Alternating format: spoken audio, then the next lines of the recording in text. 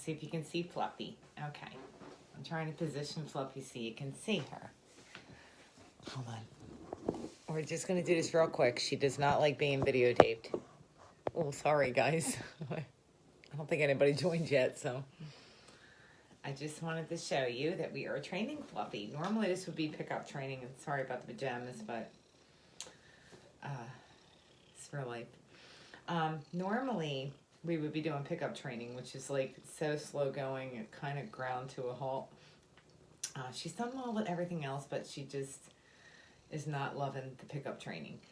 But with her surgery coming up, hopefully within the next 2 weeks, she's going to need buprenex. And buprenex is a pain killer.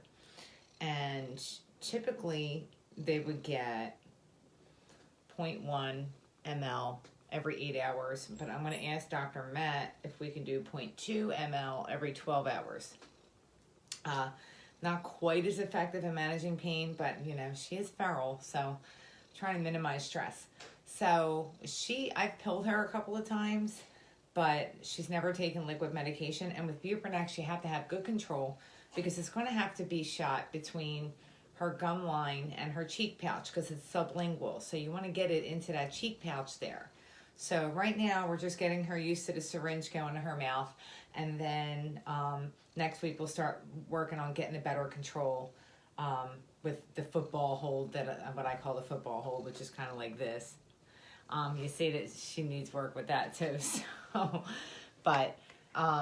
so what I'm going to do, normally we would do pickup training, but for the sake of the Facebook Live video, we're going to do buprenex training. Now, I don't have any liquid in here because it's such a small amount when she's getting medicated. The heck is in there? It's such a small amount when she's being medicated that if Dr. Matt is on board with my idea to do 0.2 mLs every 12 hours instead of 0.1 every 8, she's only going to be getting that little tiny bit. So, not too worried about that. Buprenex doesn't taste good to cats. They have it compounded. And she just got done playing and she has a piece of tissue paper in her mouth because her new thing is I wiggle the toy under tissue paper and she goes after it. So hold on. Okay. She had a piece of tissue paper under her mouth.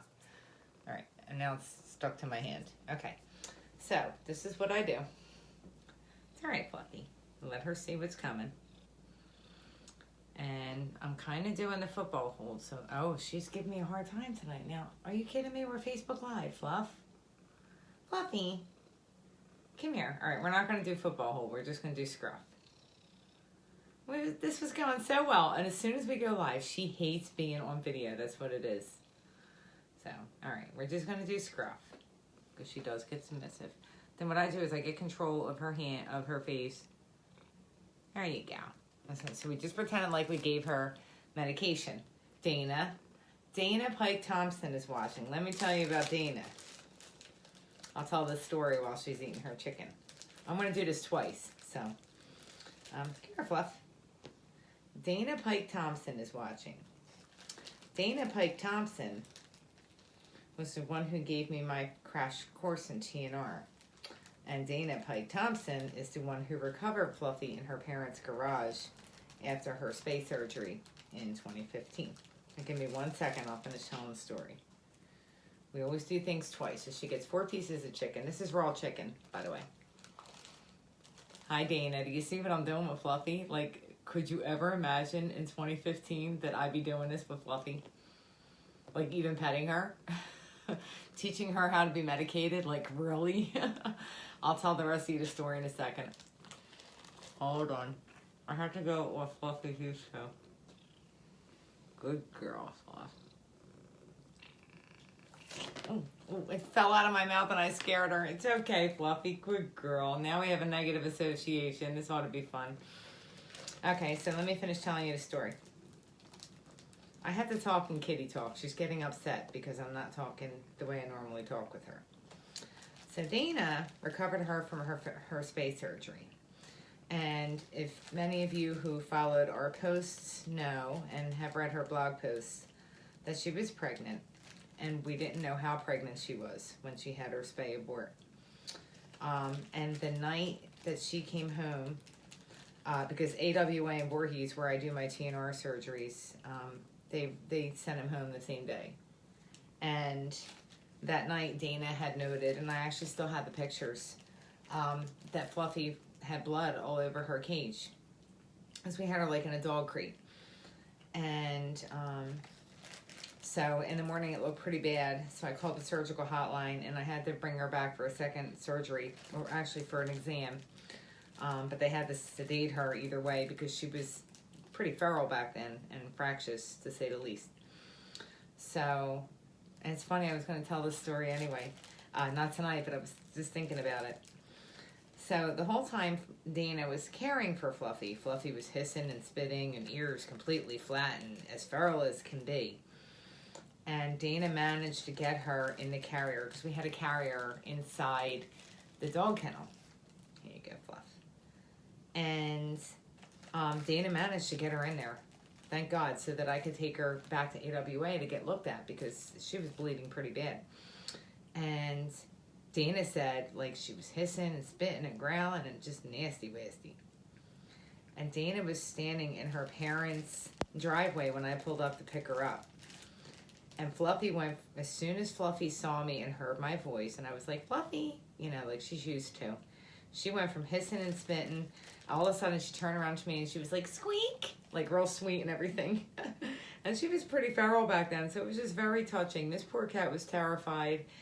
Oh, I'm sorry, Fluff. You see how she does not like when I talk in normal voice. I'm used to talking to her a certain way. That's why I'm kind of using kitty voice to talk to you guys. There you go, Fluff. So it was just so sweet that this terrified little feral cat who was going through like the worst ordeal of her life. Fluffy. Fluff. Fluff. Come here. Wow, she hates being on video. Went from hissing and spitting and being nasty to she recognized me and all of a sudden meowing with her sweet little meow. So, well, here, I'll show you real quick. When I was training her to not bite my hands, I would put treats down for her. This is when she was still outside. And put my hand just like this. So, anyway, so I kind of scared her tonight. Well, anyway, that's my story about Dana Pike Thompson. She was pretty freaking feral. Ooh, I shouldn't be cursing on Facebook Live. She was pretty flipping feral when we first TNR'd her. So it's just funny. Yeah, Dana's saying, no way, she's so different now, I love it. Like I said, Dana knew her in her feralest of days. And even her being a little fractious, a little scared tonight, she's still being much better than she was when Dana recovered her from her neuter surgery. But yeah, Dana was part of saving her life. Really huge. You know, Dana's the one who got me started in TNR to begin with, and I'll never forget that. So anyway, this was to train Fluffy to take medication orally. So when I have to give her buprenex for pain after her surgery, that I'll actually be able to get it into her to keep her comfortable after her surgery. So I wanted to show you one other thing. She's a little on edge because we're on video and she hates being on video. I must talk way different. But normally after she gets her chicken snack, what I do is I take a couple of treats, and hopefully I can angle this right.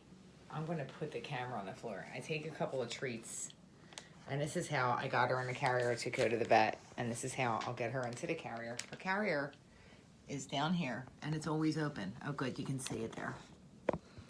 So her carrier's down there and it's always open. Now, I don't know if she's going to do it tonight only because she's acting funny. So I'm going to kind of talk to her for a minute in normal fluffy voice. And the cat's way might be in the way there. Okay. But this is how I get her in the carrier. And I'm surprised that she's still been going into the carrier. Not the first night. After her whole ordeal at the vet. So this is how I'm going to get her to her surgery. Again, don't mind the pajama bottoms. Let's see if she'll go in. Come here, Fluff. Good girl, Fluff. Oh, good girl, honey. Good girl. You see that? That is a miracle. Because we have been doing this for like almost a year. And I really broke her trust when I took her to the vet a couple weeks ago. Like a week and a half ago. So, she's very nervous because I'm on the phone, and she does not like this phone. She never did. When I was outside taking a phone call, she hated it. But that's how I've been training her to get in a carrier, and I'm pretty confident that I'll get her in there. Thanks, Bonnie. Yeah, she's beautiful, and not sure she knows it. Fluffy. Oh, she didn't eat the treats. I'm making her nervous because I'm talking in a different voice. So I'm making her real nervous. She does not like this phone. Like I said, when she was outside, if I took a phone call, she would actually leave, like, and go next door. And then when I hung up, I would have to call her, like, Fluffy, it's okay. And then she would come back, so she hates the phone. So here's Patchy waiting for us. I'll show you little Patchy real quick. And then I'm going to hang up or end the video. There's Patchy Watchy. I don't know if you can see her. Patchy. Patchy. Patchy. Yeah, we had something scare her earlier tonight. A plant fell. My aunt gave me a plant that's like toxic to cats. So I have it up on top of our microwave where the cats they can't get up there.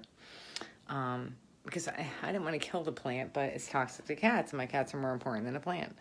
Well, the stinking thing fell over earlier on its own and scared Patchy, so she's a little bit on edge tonight too. But anyway, so that was our video on how to train a feral cat or how to condition them to take oral meds. I had actually posted one on YouTube using Spunky as an example, but Spunky was rescued as a kitten, so she's like a former feral kitten. And other than the fact that she's shy with strangers, like, I can brush that cat's belly with a flea comb. And I did the other day. I was checking for fleas, and she happened to be laying there, and I saw the belly. So I wanted to show you with, like, a real kind of sort of feral cat. I mean, she's feral with everybody else besides me. But getting her ready for her surgery, and want the assurance that I can keep her comfortable after surgery. So this is important training to do. So thanks for joining, and I hope everybody is having a more wild Friday night than I am anyway. So I'll see you all soon. Bye.